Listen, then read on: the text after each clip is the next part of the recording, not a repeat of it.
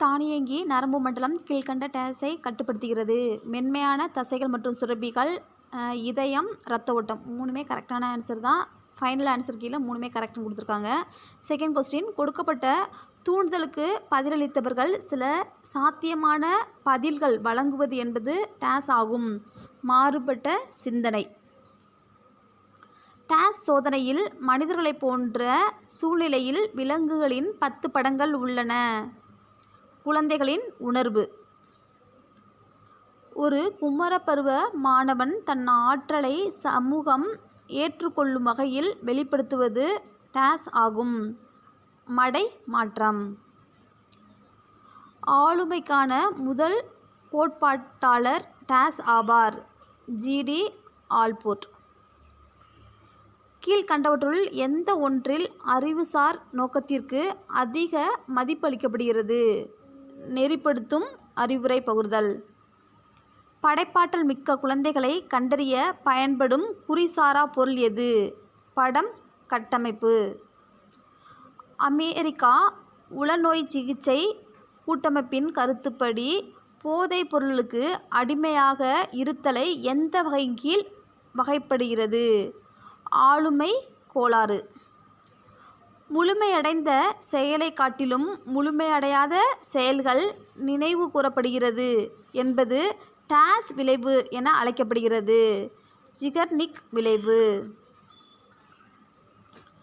யார் புலன்காட்சி பற்றிய மனவியல் கோட்பாடுகளுக்கு தொடர்பு இல்லாதவர்? சிம்ப்சன்.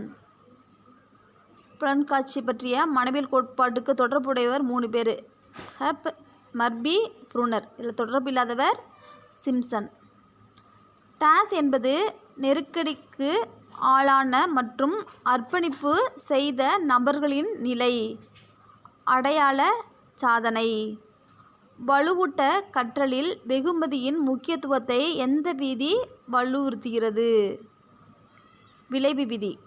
வலுவூட்ட கற்றலில் வெகுமதியின் முக்கியத்துவத்தை எந்த விதி வலியுறுத்துகிறது? விளைவு விதி. நிலையாக வைக்கப்பட்டுள்ள மாறிகள் எவ்வாறு அழைக்கப்படுகிறது? கட்டுப்படுத்தப்பட்ட மாறி. தர்க்க ரீதியான நினைவாற்றல் உருவாகும் காலமானது டேஸ் வளர்ச்சி நிலையில் அடங்கும். பின் குழந்தை பருவம் மற்றும் குமரப்பருவம். மாஸ்லோவின் தேவை கோட்பாடு எதற்கிடையான தொடர்பை வலியுறுத்துகிறது? குறைபாட்டு தேவைகள் மற்றும் வளர்ச்சி தேவைகள். ஒருவர் தனது அனுபவங்களை தனக்குத்தானே உள்நோக்கி ஏற்றுக்கொண்டு பகுப்பாய்ந்து வகைப்படுத்தல் டேஸ் என்று அழைக்கப்படுகிறது. அகநோக்கு. ஒருவர் பயன்படுத்தும் மன உறுதி செயல்பாட்டை டேஸ் கவனம் எனப்படும். தன்னார்வலர். டேஸ் நிலையில் தனிநபர் எண்ணங்கள் நெகிழ்வான மற்றும் சுருக்கமாக அதிகரிக்கிறது. பின் குழந்தை பருவம். கீழ்கண்டவற்றுள் எந்த பருவமானது ஒப்பார்குழு குழந்தைகளிடம் காணப்படும் பருவமாகும்? குமரப்பருவம். கீழ்கண்டவற்றுள் எது தவறான வாக்கியம்? நுண்ணறிவுக்கும் மனவெழுச்சிக்கும் நேர்மறையான தொடர்பு உள்ளது. இதுதான் தவறான வாக்கியம். மனவெழுச்சிகள் அனைத்து வளர்ச்சி நிலையிலும் காணப்படுகிறது. மனவெழுச்சிகள் ஒரு வகையிலிருந்து மற்றொரு வகைக்கு இடம்பெறும் தன்மையுடையது. மனவெழுச்சிகள் தனித்துவம் பெற்றவை. இதெல்லாம் கரெக்டு. பொருள்சார் நுண்ணறிவு டேஸ் என அழைக்கப்படுகிறது. பொறிசார்ந்த நுண்ணறிவு.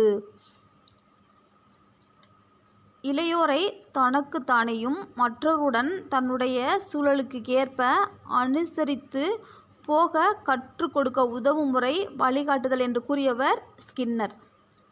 டேஸ் என்பது உளவியலின் ஒரு பிரிவு. அது மனிதர்களிடையே சூழ்நிலையை தொடர்புபடுத்தி நெறி பிறழ்வான மனிதர்களின் நடத்தையை விளக்குகிறது மற்றும் விவரிக்கிறது. நெறிப்பிறழ் உளவியல்.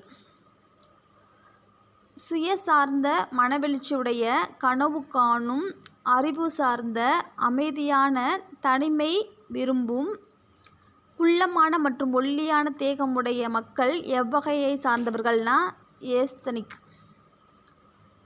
வினவும் வயது என்பது டேஸ் ஆகும். முன் குழந்தை பருவம். வினவும் வயது என்பது டேஸ் ஆகும். முன் குழந்தை பருவம். அகவெளி அறிவுசார் அணுகுமுறை இதில் காணப்படுகிறது. அகவொளி அறிவுசார் அணுகுமுறை இதில் காணப்படுகிறது. ஆழ்ந்த சிந்தனை. நினைவாற்றல் பேணங்கலையின் அடிப்படை கொள்கைக்கு பொருந்தாதது எது? திரும்பச் செய்தல். அதிக நேரம் தூண்டுதல் டேஸ் வகையை ஈர்க்கும். கவனம். அதிக நேரம் தூண்டுதல் டேஸை ஈர்க்கும் அப்படின்னா கவனம். தனிநபர் பற்றிய ஆழமான ஆய்வானது இவ்வாறு அழைக்கப்படுகிறது. தனிநபர் ஆய்வு. ப்ரொஃபஸர் என்ற வார்த்தையானது பல்நாட்டு சோதனையில் டேஸ் உள் சோதனைக்கு ஓர் எடுத்துக்காட்டு. மொழியை கையாளுதல் எழுத்துக்கூட்டல்.